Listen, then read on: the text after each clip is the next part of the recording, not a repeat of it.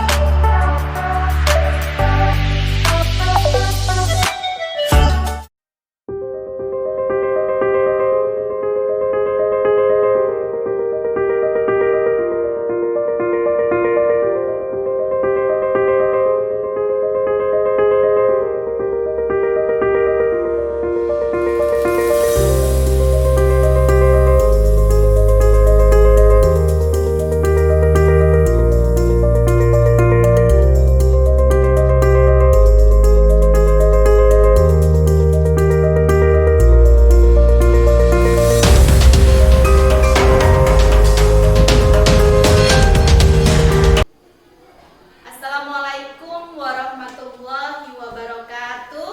Waalaikumsalam warahmatullahi wabarakatuh. Selamat pagi Bapak Ibu Guru SMP Negeri Sukamulya. Kita ulangi lagi. Jadi 3 kali. Selamat pagi Bapak Ibu Guru SMP Negeri Sukamulya. Pagi. Ya, terima kasih kesempatannya.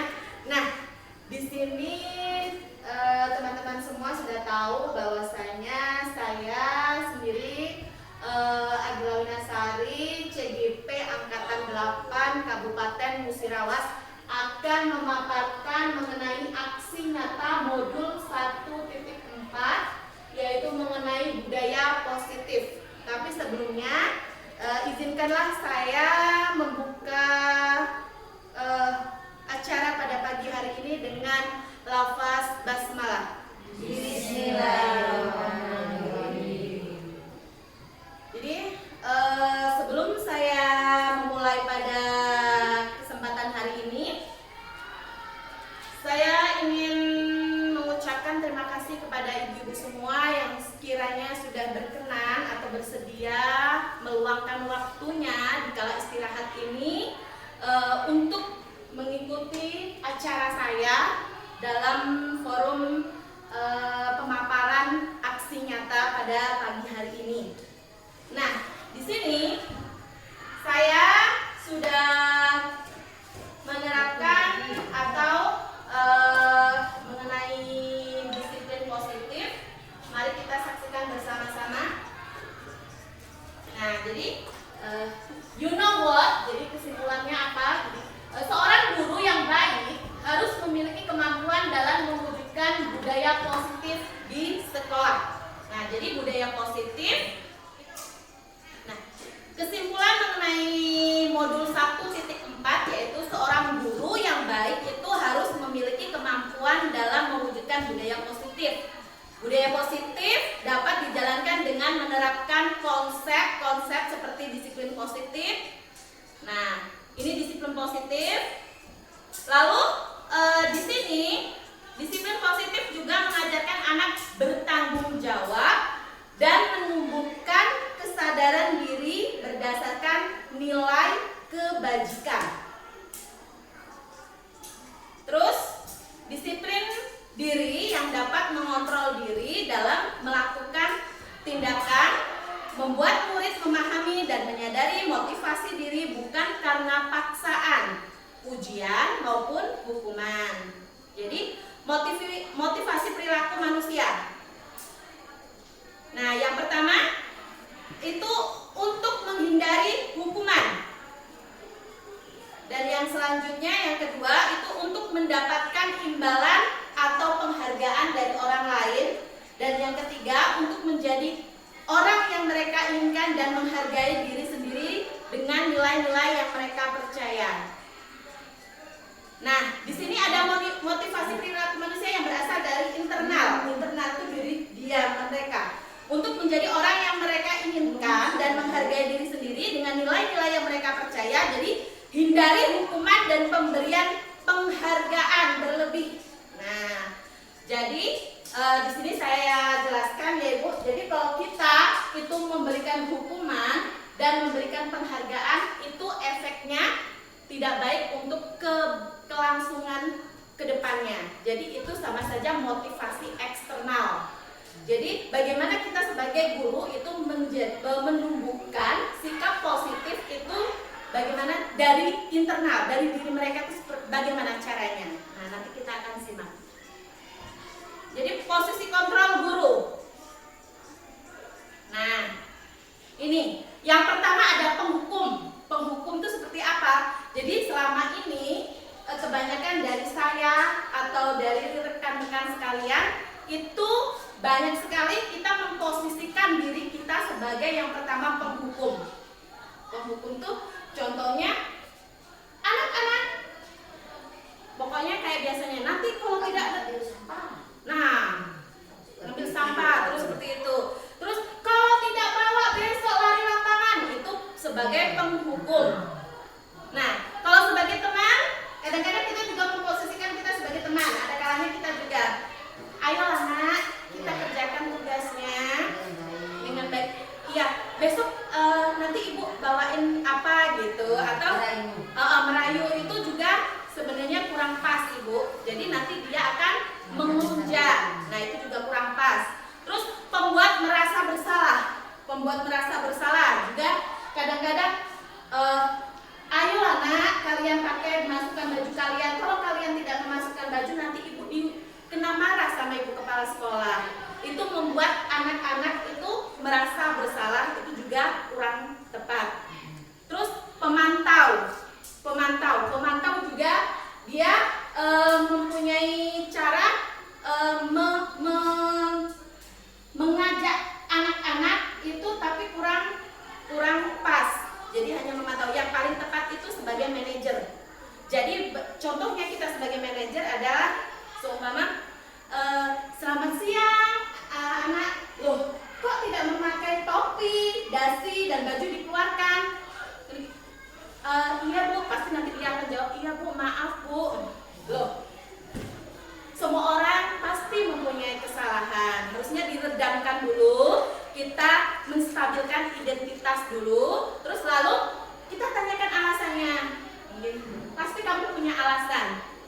Bajumu dikeluarkan, topimu nggak pakai topi. Nanti dia akan jawab iya bu, saya kesiangan seperti ini. Terus baru kita dan selanjutnya kita tanyakan keyakinan. Kalau kamu baju dikeluarkan, terus topi tidak dipakai, atribut tidak dipakai, kira-kira melanggar keyakinan kelas kita tidak?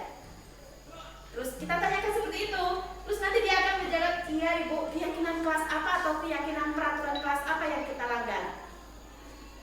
Nah itu. Nah seperti itu sebagai manajer.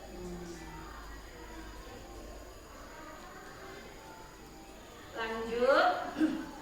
Nah ini contoh yang seperti saya katakan tadi, manajer. Manajer itu yang dianjurkan kita sebagai pendidik dalam di kelas.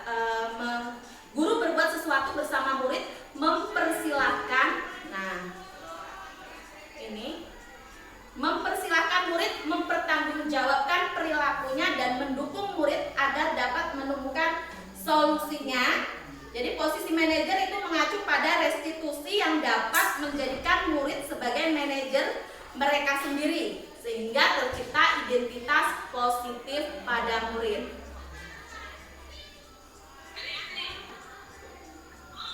Nah, keyakinan kelas. Keyakinan kelas.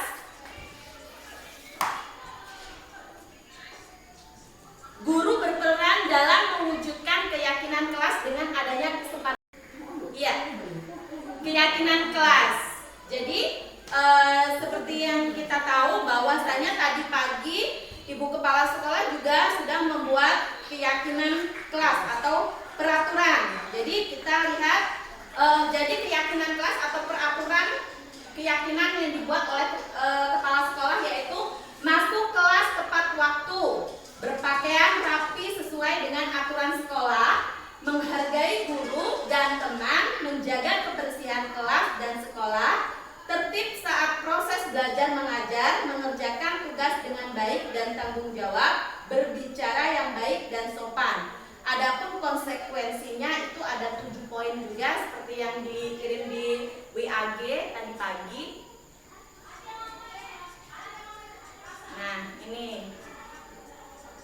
Jadi keyakinan kelas itu berupa pernyataan universal yang mudah diingat, dipahami, dilaksanakan di lingkungan sekolah.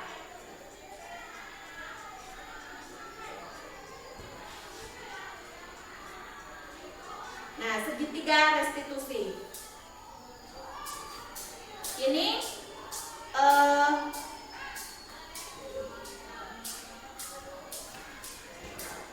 guru tadi berperan sebagai manajer. Adapun tahapan restitusi. Nah, adapun tahapan restitusi itu ini. Jadi sebelum saya jelaskan dulu mengenai restitusi. Restitusi itu adalah penyelesaian sebuah masalah. Jadi kalau ada anak-anak yang punya masalah, apapun itu masalahnya, yaitu kita selesaikan dengan cara segitiga restitusi. Yaitu dengan cara yang pertama, yaitu tadi poinnya kita harus sebagai manajer dengan tahapan yang pertama menstabilkan identitas. Contohnya apa menstabilkan identitas? Seperti itu tadi, Abeng, sini, kenapa kamu tadi tidur di kelas? Kita langsung jangan marah-marah, tapi kita stabilkan dulu. Semua orang pasti pernah melakukan kesalahan.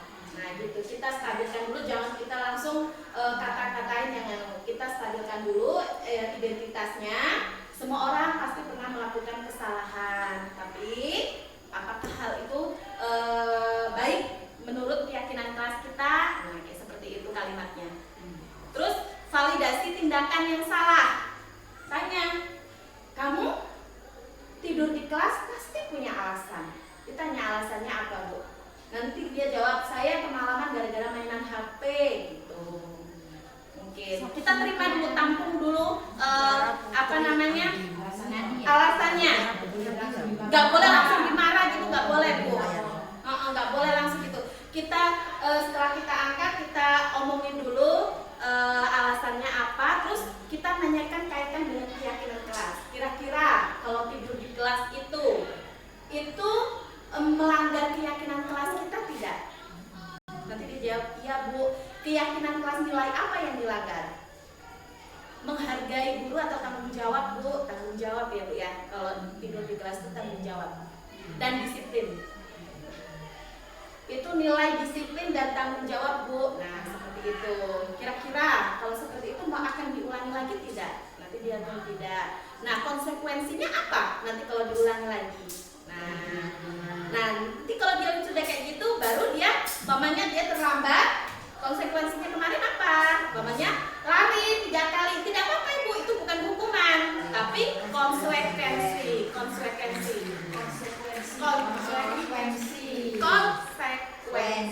Nah, ya. Jadi kalau sebuah tindakan itu sudah ada kesepakatan, itu disebutnya bukan hukuman, tapi konsekuensi. Tanggung jawab Ya, karena dia melanggar keyakinan kelas. Nah, jadi tujuannya untuk menjadikan murid yang mandiri dan bertanggung jawab. Itu restitusi tadi. Iya. Nah, jadi keterkaitan antara materi. Jadi materi yang pertama itu Bu mengenai modul 1.1 itu filosofis, pemikiran Ki Hajar Dewantara. Yang 1.2 itu mengenai nilai dan peran guru penggerak. Dan 1.3 itu fisik guru penggerak, dan 1.4 itu budaya positif. Itu keterkaitannya yang pertama mengenai di sini tujuan akhirnya itu yaitu menjadikan profil pelajar Pancasila. Nah, untuk filosofi pemikiran KHD di sini diterangkan bahwa menuntun segala kekuatan kodrat yang ada pada anak, kodrat alam dan zaman agar mereka mencapai keselamatan dan kebahagiaan setinggi-tingginya. Jadi pendidikan haruslah berpihak pada murid sesuai dengan minat, bakat, dan kemampuan anak. Jadi sekolah ibarat lahan atau tanah, murid ibarat benih. Petani hanya bisa menuntun tumbuhnya benih dengan merawatnya. Jadi di dalam Merdeka Belajar ini kita sebagai guru itu dituntut bukan mendidik tapi menuntun segala kodrat. Kodrat itu apa, Bu? Bakat. Jadi bakatnya apa? Semua anak itu olahraga kita tuntun sampai dia itu benar-benar Jadi atlet. nah ya seperti itu, Bu. Jadi sekarang itu tidak ada. Jadi di luar dari Nah ya benar.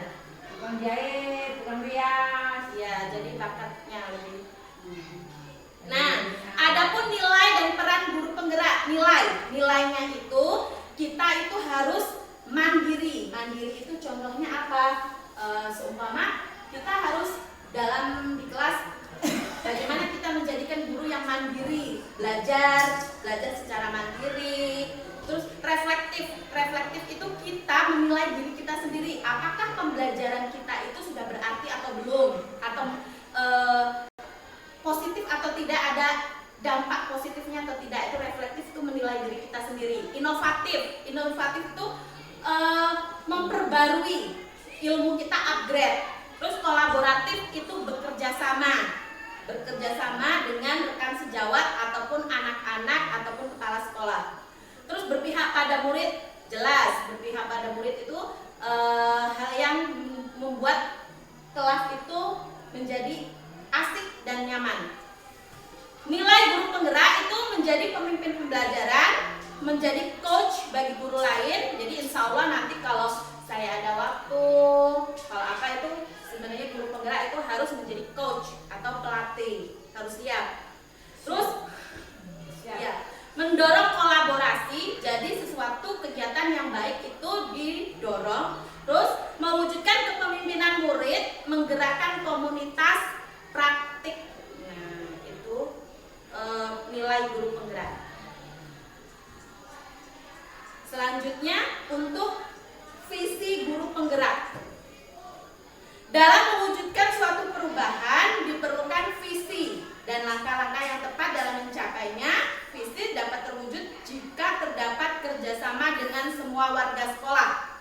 Warga sekolah itu baik murid, guru, kepala sekolah, dan wali murid.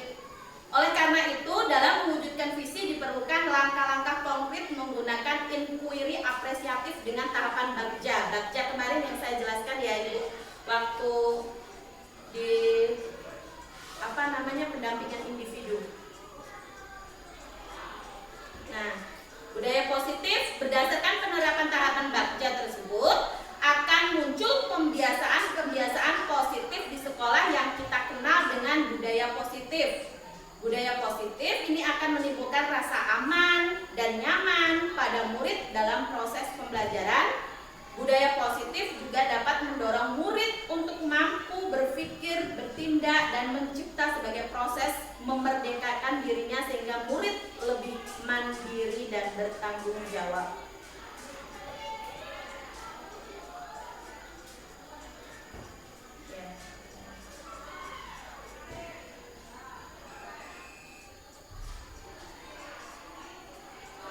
Itu tadi mengenai budaya positif yang sudah saya paparkan. Jadi kiranya ada pertanyaan yang boleh ditanyakan, bagaimana cara penyelesaian sebuah tindakan restitusi atau apapun itu boleh ditanyakan Ibu-ibu.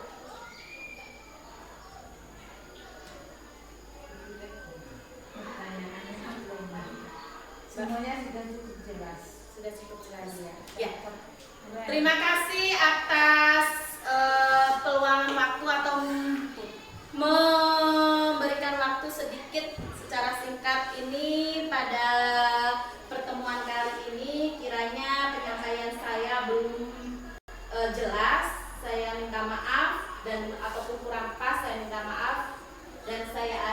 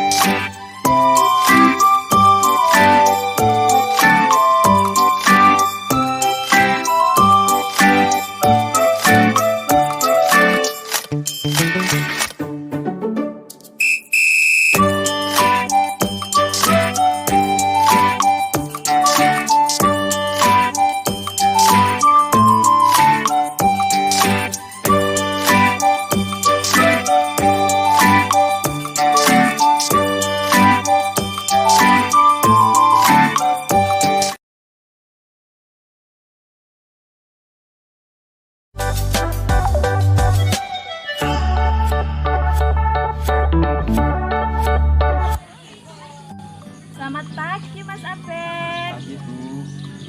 Ya wah, Mas Apeng hari ini nggak pakai topi, nggak pakai dasi, bajunya juga dikeluarkan. Abang masih ada di dalam tas atau bagaimana? Ya ada Bu. Oh iya.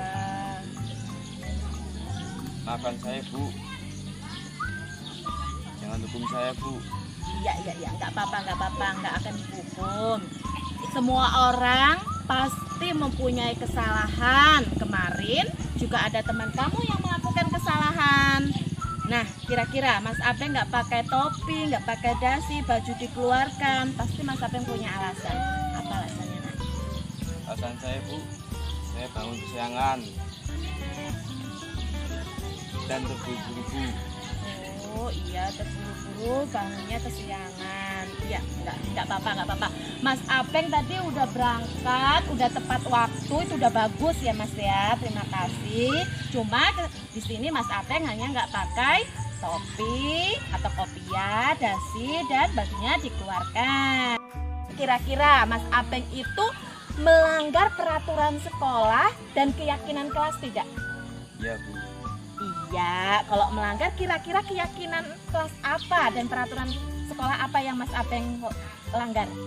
Disiplin Bu. Iya, kedisiplinan dalam berpakaian. Jadi penting nggak Mas kedisiplinan itu? Penting Bu. Ya, kalau penting besok lagi jangan diulangi ya Nak ya. Iya Bu. Ya, udah gitu aja. Sekarang kembali ke kelasmu dan besok lagi jangan diulangi ya Nak ya. Iya Bu. Iya.